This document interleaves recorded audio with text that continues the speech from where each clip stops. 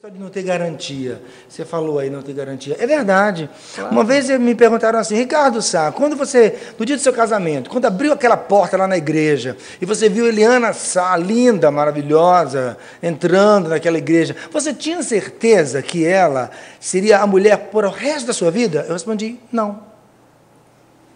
Não, por quê? Porque a gente não tem essa certeza. A gente tem um número de certezas suficientes que nos fazem eleger aquela pessoa para construir uma família e fazer aquela pessoa feliz. Agora, a garantia absoluta de que ela é a pessoa perfeita que existe no mundo para mim, a gente não tem, porque também as pessoas mudam. As pessoas, elas são dinâmicas, elas são de uma complexidade imensa. E por isso que o Mazinho deixou escapulir a palavra aí, né? Não tem garantia. E não tem garantia mesmo, não. Porque as pessoas mudam. Você casou com um marido e ele era magrinho, ele era cabeludo, hoje ele está gordinho, ele está carequinha, ele está fofinho, ou ele só passou por um tempo de uma enfermidade que modificou o comportamento, modificou o temperamento, e você diz, é uma outra pessoa. É uma outra pessoa, sim. Aquela pessoa com a qual você contraiu uma promessa diante de Deus. Por isso é que amor é decisão mesmo, né, Marcinho? Amor é decisão. E se nós, membros de comunidade, consagrados, casais de 25, 30, meu caso, 25 anos de casado, se nós tirarmos o olhar de dois pontos que se unem, que é a decisão e o olhar de Deus, nós nos entregamos à devassidão. Isso, lá em Santiago diz isso, né, que a gente precisa se cuidar. Então, não tirar os olhos da decisão. Então, penso que buscar uma conversa, um diálogo, onde você não vá querer ter a satisfação que a pessoa não está disposta. A probabilidade dela não estar disposta a dar satisfação é muito grande. Mas você pode dizer sim, dos seus sentimentos, da atitude dela, o que causou em você, que você está triste e que você gostaria de tê-la de volta, de tê-la para o convívio, para a união familiar, para que vocês possam cumprir o que pede o sacramento do matrimônio, o que pede a Santa Igreja. E uma das vou dizer coisas, né, que pede o sacramento do matrimônio é a construção do outro. Quando nós abandonamos, é uma obra que vai ficar inacabada. Eu assumi o compromisso de tornar o outro melhor e abandonei o barco.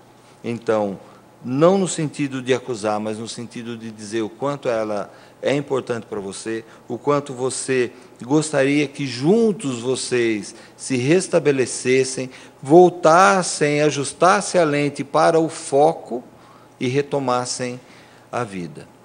Não é uma tarefa fácil, mas isso somado à oração, somado à penitência, somado ao jejum e à decisão que você tem do amor, a convicção do amor que você tem por ela, então esses elementos podem fazer com que você atinja o coração da sua esposa e não desista. Não Obrigado, desista Mazinho. Nunca. Eu tenho aqui a participação do Luiz Carlos Miceno. É a participação que vai alegrar muito a nossa equipe de produção, viu? Ellen que está aqui, que faz a direção de palco, a direção de estúdio, perdão, e a Priscila, que está fazendo a direção de imagem. Olha só, o Luiz Carlos ele ligou para agradecer, dizendo que foi sorteado no programa no dia 15 de fevereiro, foi o dia do meu aniversário, viu? Anota para a gente fazer festa no ano que vem. E ele disse que já recebeu os produtos de evangelização na sua casa e adorou. E mandou um abraço para mim. Obrigado, querido. Que alegria. Que outro dia a gente recebeu uma reclamação. Meu presente não chegou ainda. O seu já chegou. Deus seja louvado.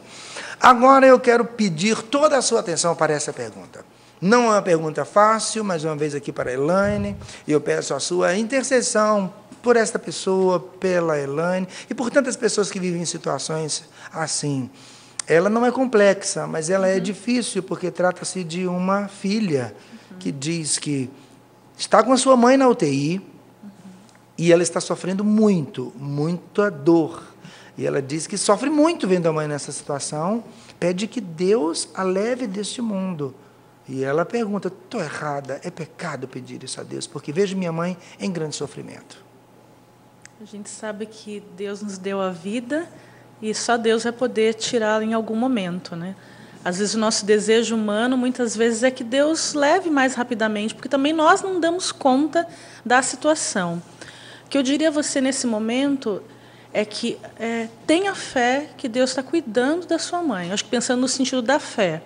Por um outro lado, entenda que essa enfermidade, muitas vezes, a gente tem que passar por ela para, enfim, superar, para entender também como nós lidamos com os nossos limites, como eu lido com a minha dificuldade de me desfazer. E a gente sabe que as pessoas que têm parentes na UTI, que vivem os longos adoecimentos, vão sofrendo uma perda que é aquela perda que não termina. Você vai vivendo um luto antecipado e parece que aquela situação não termina, mas que isso não significa que ela vai embora. Pode ser que, de repente, o quadro todo se reverta. Falar que é pecado dizer que ela vai pedir para ela ir embora, eu diria que isso é muito pesado, não é? Mas é o desejo humano. Entenda que essa é a tua limitação. Se entender o processo todo do adoecimento dela hoje é muito difícil para você, eu recomendaria talvez até a busca de um profissional, buscar um profissional da área de psicologia mesmo para entender esse processo, se você puder. Às vezes até o próprio hospital já oferece alternativas de psicólogos hospitalares que dão apoio às famílias, principalmente famílias de parentes que estão na UTI, e vivem esse processo às vezes muito longo. É um trabalho muito bonito, muito profundo até. Se você for de alguma comunidade, peça ajuda aos teus irmãos. A um sacerdote. A um sacerdote, sabe, exato, a um religioso. Eu lembro que uma vez em comunidade, nós acompanhamos uma amiga nossa de São Paulo que teve a mãe, teve um AVC e a coisa foi se complicando. Nós ficamos dias no hospital e nós nos revezávamos, porque a família já não dava mais conta. Então, ficávamos com ela, íamos ali conversando, rezando. Ela, teoricamente, ela não ouve, mas ela ouvia tudo. A gente dizia, falava da casa, que os cachorrinhos estavam lá, e aquela coisa toda. E aquilo foi confortando aquela mãe, até que teve um dia que Deus a levou. Mas foi muito importante essa presença. Então, procure ajuda. Não se culpe se em algum momento você pede a Deus que a leve. Que isso, às vezes, é a nossa defesa, é aquilo que a gente tem, a nossa miséria, a gente diz, que Deus leva logo a minha mãe, mas não desanime.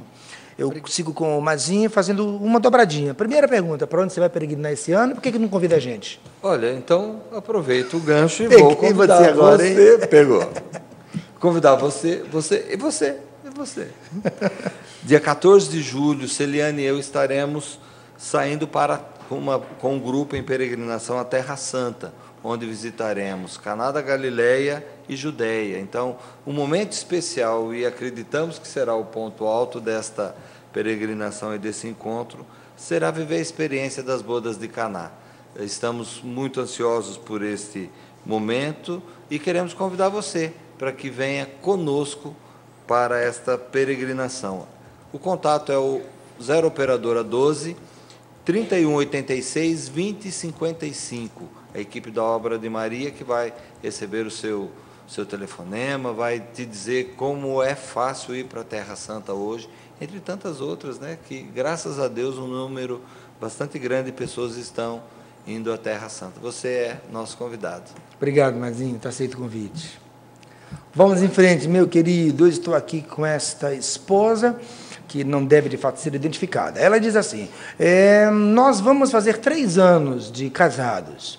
Quase todos os dias temos relações sexuais. Entretanto, eu já surpreendi meu marido se masturbando por 2 vezes. O que eu faço? Nós participamos da igreja, ele tem 32 e eu tenho 31 anos.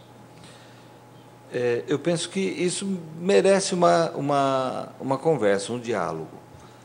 Não no sentido de estou ou não satisfazendo, mas o que o motiva a buscar a prática da masturbação. Ela pode ser resquício de um vício de adolescência e juventude, que ainda não teve consciência do quanto isso deve prejudicar a própria relação do casal. E traz consequências, porque um dos riscos pode ser ejaculação precoce, pode ser a falta de carícias no prelúdio, para que tudo aconteça e os dois estejam preparados para a relação sexual completa, ou seja, penetração, como como deve ser para um casal cristão, adequada, como pede a igreja, honesta, dignamente. E o interessante é que o Catecismo da Igreja Católica, e que é a opinião e decisão da igreja, diz que os casais, ou melhor, os cônjuges, não fazem nada de mal em procurar esse prazer e em gozá-lo, tanto para a satisfação do corpo físico, quanto para a satisfação da alma. Isso é que nos difere apenas do instinto do animal. Então, se você está sugerindo que ela procure descobrir, quem sabe, algum tipo de insatisfação que possa estar havendo no marido, que ela não conheça, seria isso? Seria isso, um diálogo não na acusação. Sim. Né? A atitude dele causa o que em você? Falar sobre isso. Quando eu percebo, ou a atitude que eu vi você praticando, causou em mim uma desvalorização. Aí você vai dizer os sentimentos que causaram em você, né? Uma desvalorização, uma mal amada, insuficientemente capaz de te fazer, de te realizar, inclusive sexualmente. Então, uma conversa nesse nível pode trazer um amadurecimento. Há um risco de imaturidade sexual e maturidade conjugal. Então, a partilha de sentimento, ela pode trazer benefícios, onde vocês vão poder, conversando sobre isso, encontrarem uma saída. Os números muito próximos, inclusive o 2362 do Catecismo da Igreja Católica, traz uma orientação muito interessante. Um pouquinho antes, no mesmo capítulo, vai falar sobre masturbação. Então, vale a pena estudar, conhecer, porque às vezes também passa pelo descuido do não conhecimento e acha que é uma coisa prazerosa, que todo mundo faz e que é assim. Não, faz mal sim para o relacionamento do casal. Obrigado. Para esse casal e para tantos outros, eu indico o livro Quando o Casal Reza, um guia prático de espiritualidade e de vida de oração para o casal. Você pode até pensar, não é que trata-se somente de oração, mas é oração no ritmo da vida. São 31 dias com 31 propostas de reflexão a partir da palavra de Deus e um convite para o diálogo sobre a forma que gastamos o nosso dinheiro, a forma como nos conhecemos, a nossa vida sexual também, a educação dos nossos filhos, como estamos, inclusive, até preparando nossas férias. Enfim, é um livro que tem ajudado muitos casais. Quando o Casal Reza, você pode adquirir pelo telefone 0 operadora 12 3186 2600, acessando o shopping.cançãonova.com ou com os nossos evangelizadores porta a porta. Quando o Casal Reza. Obrigado, Mazinho. Obrigado a você, viu, pela pergunta.